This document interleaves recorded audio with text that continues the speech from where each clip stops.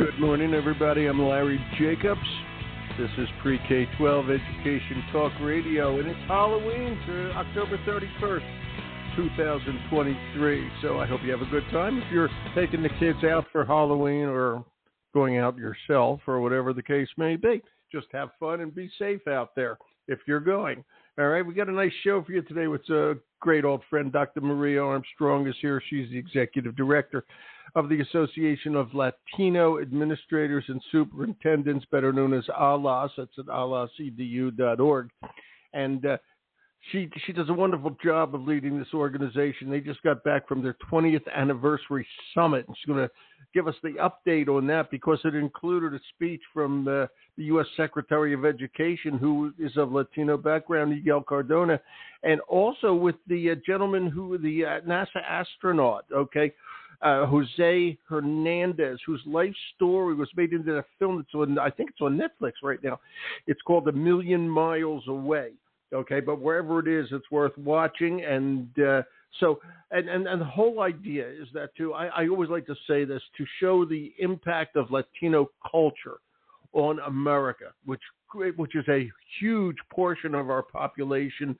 Obviously, we need to understand the impact and culture and see how it all fits into the salad bowl that we work in to make it into a melting pot. It's really great stuff. They've got plans for 2023.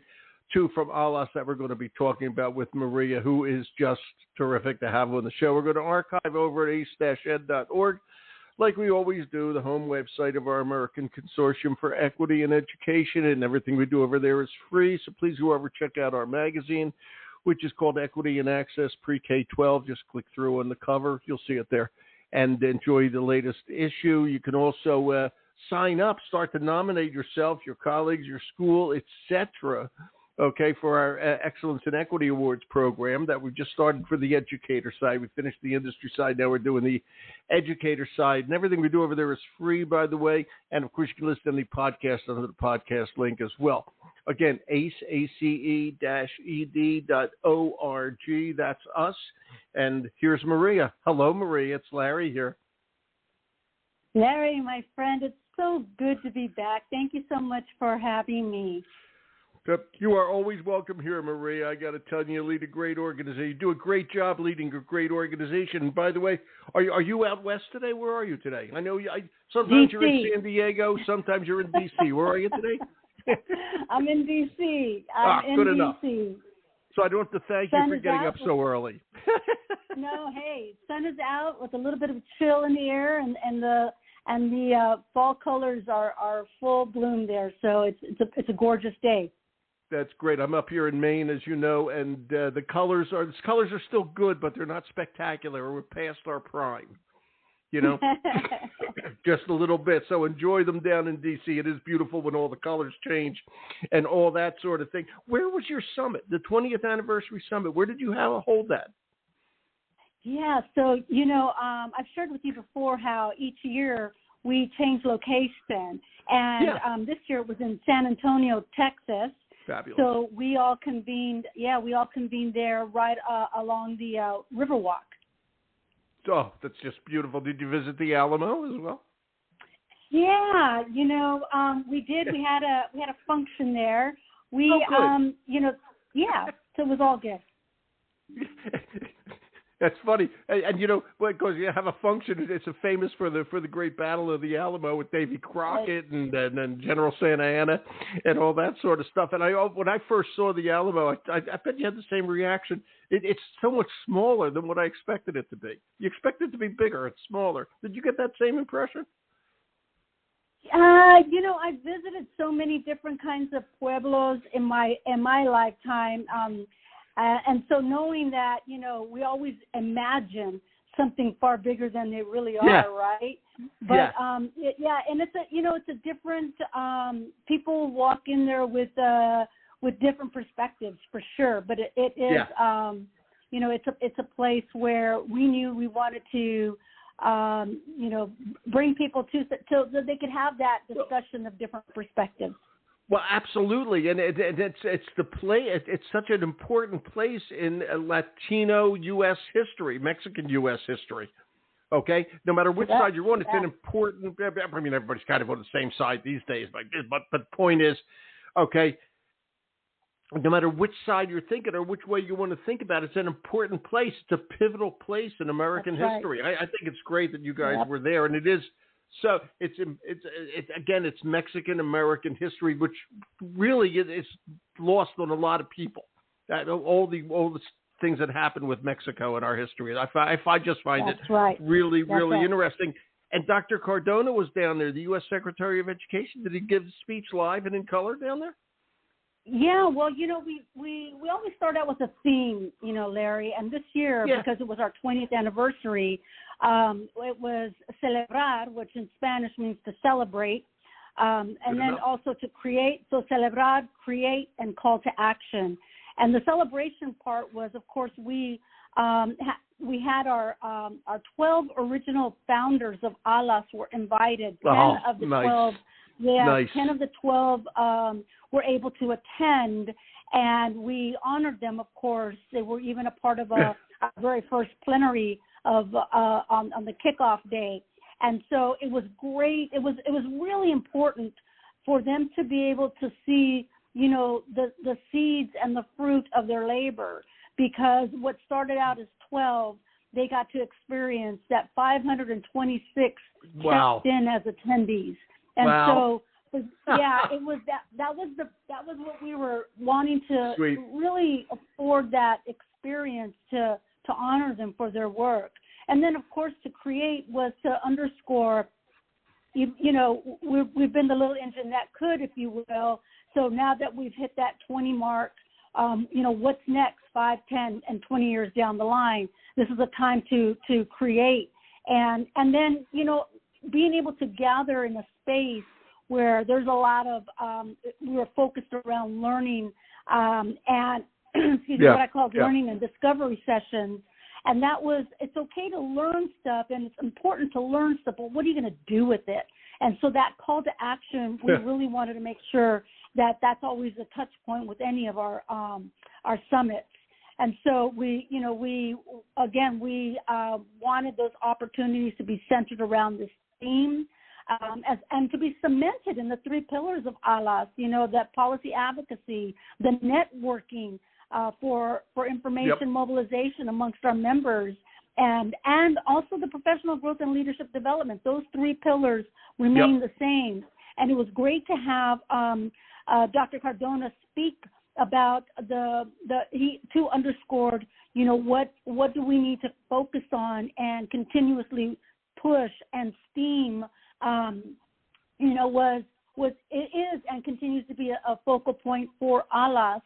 And so that in turn also led to, as you mentioned, Jose Hernandez, former astronaut, out of Stockton, out of California. I had been working with, I had the honor, I'm talking the distinguished honor of working with them over the past few months leading up to the summit. And that's because, when we were working on we did a webcast together, I got to interview him, and it was to be able to promote A Million Miles Away through Prime. And so working with Prime, it was just, if I could deviate it's on Prime. Thank you. Thank you. I said Netflix before. It was on Prime. Thank you for correcting me. No worries. But it was very, I believe that everything happens for a reason, and it really is where you a lot of it is what you believe in, and I do believe that things were working in the space that my daughter-in-law, who works, both of my kids work in the entertainment industry down in Hollywood, and so my daughter-in-law called me one day early on, I want to say like in May, and she said, your name came up in a meeting that she was with Prime. I said, my name? She said, yes. She said, the people from WebEx have worked with you, and so they said, we really need to contact Dr. Armstrong. And my daughter-in-law says, wait a minute, are you talking about Dr. Maria Armstrong, who's for ALAS? And they said, yes. She's like, that's my mother-in-law. So from the very outset, I had to share that with you, Larry, because that's hilarious, right? That is. But from the very outset, being able to connect with, I call him Dr. Hernandez because he is an honorary. Just being able to be in different spaces with him. We were no also, pun intended. No pun intended. Different spaces. No pun intended. But he's an astronaut. We were engaged in an opportunity with the Houston ISD. We went down there over the right before when school started, and for Latino Heritage Month in early or mid-September. And we did a surprise visit to the kids out there in grades 5 through 12. So to have him there and see him in action, interact with kids, and the questions that they came up with were just brilliant. And so from that point on, it was like having him at the conference was just so apropos in the sense that here is a living example.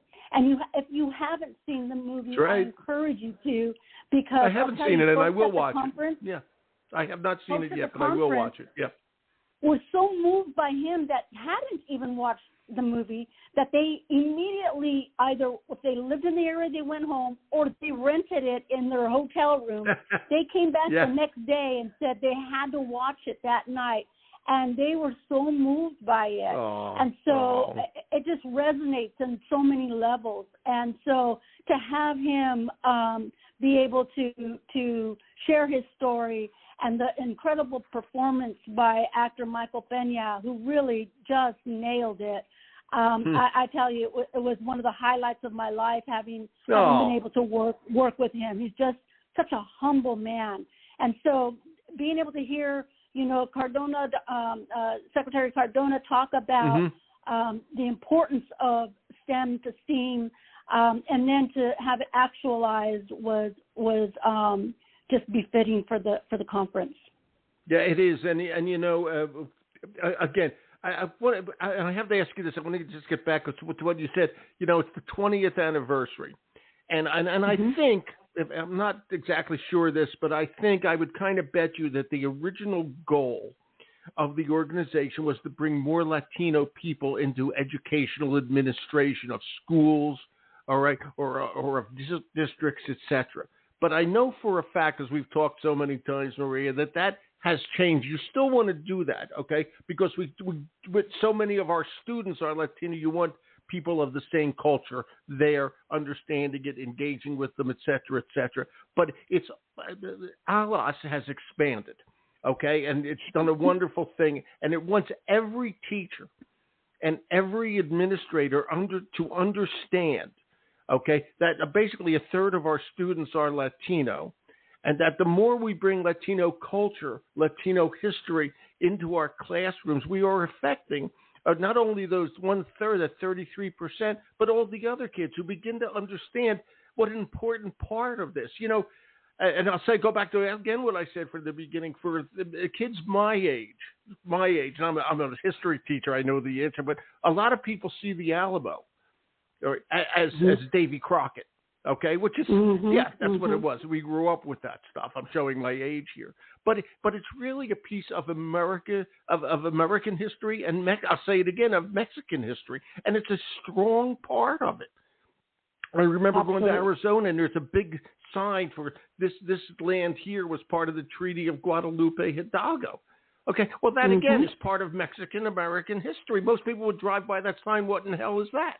Okay, and if I may, ALAS has expanded itself. It's gone from just trying to bring more Latinos into educational administration to bring more Latino culture and history into all of education. Am I right?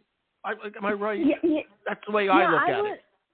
Yeah, and I would totally agree. And it's not so much that the pillars are still the same. The focus is still the same as far as that. It's not that we've changed. I agree wholeheartedly. It's that we've expanded. Because I'll give you that. So, yes. Expanded. I like that word better. Yeah. Because in doing so, what we're saying is we are wanting to share our table with everybody. Because when you invite people to the table to listen to the stories And again, going back to those perspectives, because oftentimes whoever's writing the book, it's from that one perspective. That's right. And so until you as a child learn how to think for yourself and are afforded the multitude of stories and exposure to that and histories and being able to say, okay, here are fact versus fiction, and be able to then deduce your own understanding of, wow, there are many facets to this one story. And I would have never been exposed to that had I not sat at this table with a very diverse group of Latinos and their history, their culture. Yep. And so what we're saying is we've expanded to make sure that we're having other people sit at our table to learn from that. Absolutely. And I always love this. You know, we say Latino culture, but Latino culture makes up a lot of countries. Oh, yeah. Okay. Oh, Mexico is, if I may, Mexico is not Portugal. Portugal is not Uruguay. Argentina is not Bolivia. And we can go right down the list. And such, whatever, is not Nicaragua. Okay. Every country is different. You know, we tend to group the group together. And it really is such a diverse group in and of itself. Okay, and it's a lot of fun to think about, and a lot of things to learn. It's important that, again, we understand that a third of our students out there are Latino. Okay, it's that simple. Mm-hmm. You know, yeah, I agree. I want to ask you about this. You guys, I'm trying to understand. You participated in it. You participated in an ALAS book project about STEAM, and you called it From STEM to STEAM. We all know what those phrases are in education. Latino perspectives. What was this about? Talk about this. Again, it was befitting because of the fact that over a year ago I had reached out to some of our members, and we had been working with the Gates Foundation and Community Wealth Builders, because I applied for a grant for ALAS to really start to affect student lives, as well as educate our educators a little bit more in depth on what can we do collectively to help move the needle when it comes to mathematics. And so, because, just like literacy is important, of course, and literacy is in math, just like math is in everything. And so, agreed. And so what we wanted to do is elevate that need. And so, through the foundation, we were able to have a little bit of monies to be able to do some things, and I'm going to talk a little bit about that in a minute. But what it did do was start thinking about, hey, how much of our who in our field, in our collective membership, would like to champion and write a chapter, and let's write our own book. Let's put out what our own experiences are. Like it, yeah. Let's not wait for people to tell us that this is what it should or should not be. Let's go ahead and do that. And it was just so humbling. Again, that's the only word that comes to mind, to be able to have our members step up in their busy day lives to say absolutely. And we started this project probably about 18 months ago or so, and we've come to find out, the publisher that we had worked with on a different project, they kind of dropped us because it was going to cost a lot of money, and we're a nonprofit, so we count our pennies, Larry, Sure. And so, by the way, we couldn't move forward, but lo and behold, when there's a will, there's a way. It so happened that crossed paths with Capstone Publishing out in at a meeting I was in Denver, in Colorado, one evening, and just in passing, we started talking about this. And I didn't know that they were a publishing company, but we started, chit-chatting, and the next thing you know, they're a terrific publishing company, Capstone. They offered. They are. I know them well. To publish our book at no cost. And the reason why we wanted to do this book was twofold. One, to get out the Latino voice, the authentic voice and their perspective. And two, to use the proceeds to start to fill the kettle, if you will, for our student scholarships. Because that's something that we've had it for a long time, but the well's been dry. And so we wanted to figure out ways, how could we replenish that? And so that's how we became a partnership with Capstone, and I reached back out to the original authors of the book, and we went ahead and we wrote it, and our launch date was at the summit. So at our 20th anniversary, we were also able to launch From STEM to STEAM, Latino Perspectives. Yeah, and I'm going to ask you a funny question. What is, when you say all this, by the way, it's great that happened. I love Capstone. They're great people. I know them well. Okay, but what is, when you say a Latino perspective on STEM and STEAM, what does that mean? What's that? Are you highlighting famous Latino scientists or famous, tell me. I just don't know. Yeah. I'm curious how it all worked out. Yeah. What's it about? One of the conversations early on with in writing the book, we all have our different take, but what we had was a common theme, and we either saw it, we witnessed it in the classroom firsthand, we experienced it ourselves, or we experienced it within our children. And that common thread was that many of our Latino kids, Black and brown kids, were being pushed out of schools for things like graffiti, for things like wanting to, do their music and have their spoken word. Yeah. Where hair length is another one. Call it what you like, but that was their artistic expression. And so we found that through the arts, a lot of our kids that doodled in class were found as disrespectful and not paying attention. A lot of our kids were, disciplined because of that. And so what we wanted to emphasize was the arts as a common, and why we went from STEM to STEAM is because arts now, once you understand, you actually can foster that talent versus discipline or, in some cases, just kick out. And so that was the common thread for us all. But I think in the writing of this, we not only touch upon that through these experiences, but we also emphasize how we can use these talents to really underscore the science, the technology, the engineering, and the math through art. We just have to be cognizant as adults how to actually connect with that math teacher, connect with that history teacher, connect with that science teacher, and so forth, and say, look, I am teaching, today I'm going to be teaching geometry. Well, that's all art if you took it from that perspective.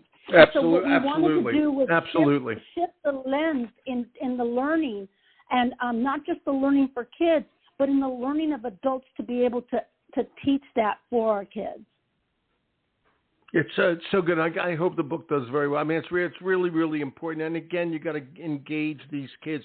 We have about 5 minutes left. That's all we have left of this show. And I want to talk about something else you're doing. I love talking to you. You know that. Okay. And I love what you guys do here because there's a lot of people who don't actually understand that Puerto Rico is part of the United States. Hello. Just in case you forgot, that happens to be a fact. Good. I won't get into that right. I won't get into that right now. And you worked with the Hurricane Maria rebuild and all that sort of thing, etc. But you have a sister schools program, and real quick, go into that. Talk about your ALAS sister schools program, Maria. Well, that is and that's I touched upon it just a minute ago when I talked about the Gates Foundation Community Wealth Builders Grant. So a part of that grant has actually led us to be able to create sister schools. And the sister school project is 4 schools in Puerto Rico on the island, and then 4 schools on the mainland here in the U.S. And so across the U.S., I should say. And so in California, New York, Vermont, and our good friend Renee is involved. We've got Vermont there. Yeah.